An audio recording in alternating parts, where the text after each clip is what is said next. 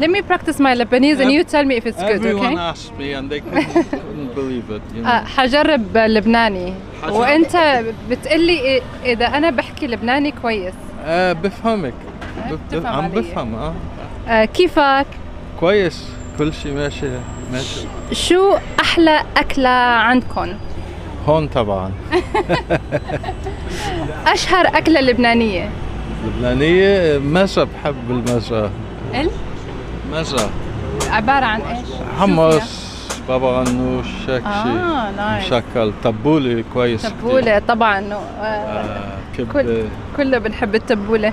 المزة اللبنانية، المقبلات اللبنانية من أشهر المقبلات اللي اشتهرت، صحيح؟ هذا ما عم بفهم. مز، so the mez, the starter, Lebanese starter. Okay. It's one of the famous يعني أشهر starters. There is pride in the quality of the food. Yeah. Yes. And even إجوا هون مروش in Beirut, مروش, رنوش, green. Where do you think the secret? Is it the food or is it Lebanese? هل اللبنانيين هم are the best يعني business probably the ingredients. The farming is different. Here it's factory farming. The tomato, البندورة ما you can't taste it. البندورة يعني طماطم. Or the aubergine even. باذنجان. باذنجان. When did Bandura come from? If tomatoes. The words. Oh, that's Italian? There are similarities, you know. It was an Ottoman Empire as well, covering the area. Algebra is algebra. نعم. الجبر. الجبر صح. Algebra. Your name is Razmik. Razmik is an Armenian military man. Apparently, the agreement with my parents was if it's a boy, he would name. If it's a girl, my mother would name. Armenian background. My sister is Mika, and my other sister is Katya. Nice names, wow. Lebanon is such a melting pot. Yes. But everyone considers themselves Lebanese, whether they're Arab, Armenian, Maronite. There are a few things in the Middle East everyone can agree on, but there are a couple I can mention. In Lebanon, that would be it. And the only other thing the whole Middle East can agree on is the problem south of Lebanon. There's no dispute among anyone, no matter where you're from. That's a common agreement everywhere across the board. So you've got Armenian heritage, and anything else on the other side, or you're both Armenian? Where were we? Yes. On my mother's side, they're from Ossetia, North Ossetia. So they are Russian people.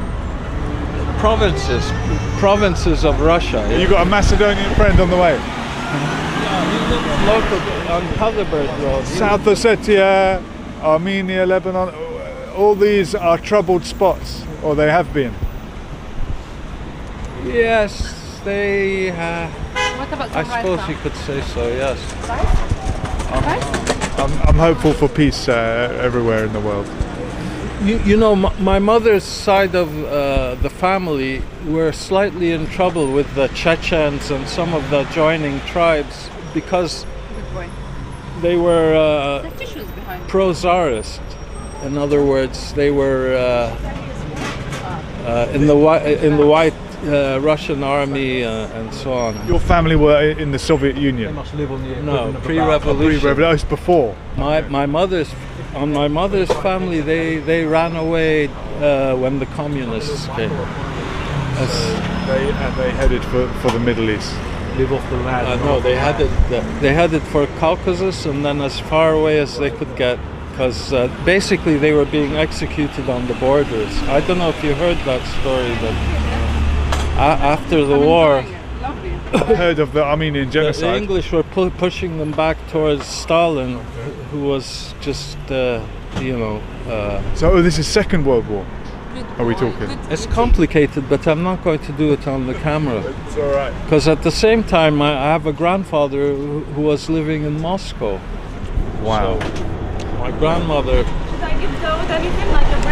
He's having lunch. My grandmother ran away during the war with the family, but her husband, my grandfather, he was at the front. He was basically fighting the Germans. So no, they didn't hear from him for 5 years.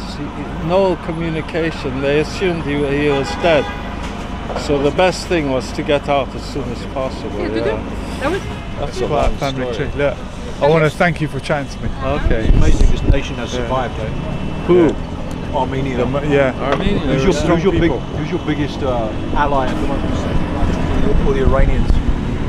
Well,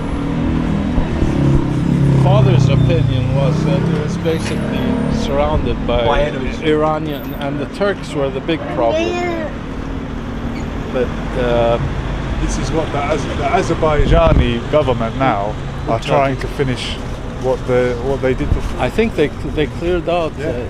There's no history. I don't think the land belonged there, but just through residency, generations, Artsakh, villages going back generations. You know. I would compare what they've done in Nagorno-Karabakh to what Netanyahu and Trump are trying to do in Gaza. Empty it out. Not dissimilar. And the Azeri government even I think they sold gas to Israel through Turkey through a pipeline. So they're in the same they're in the same team. And it's nothing to do with religion. Oppression could be any religion. And the poor are the poor. You know? True, huh? Harry, As for Jerusalem, the Armenian quarter, I stayed there in one of the cells,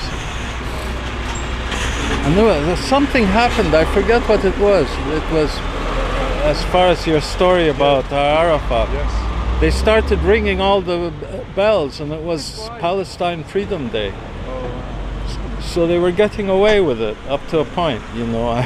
The authorities didn't at that time.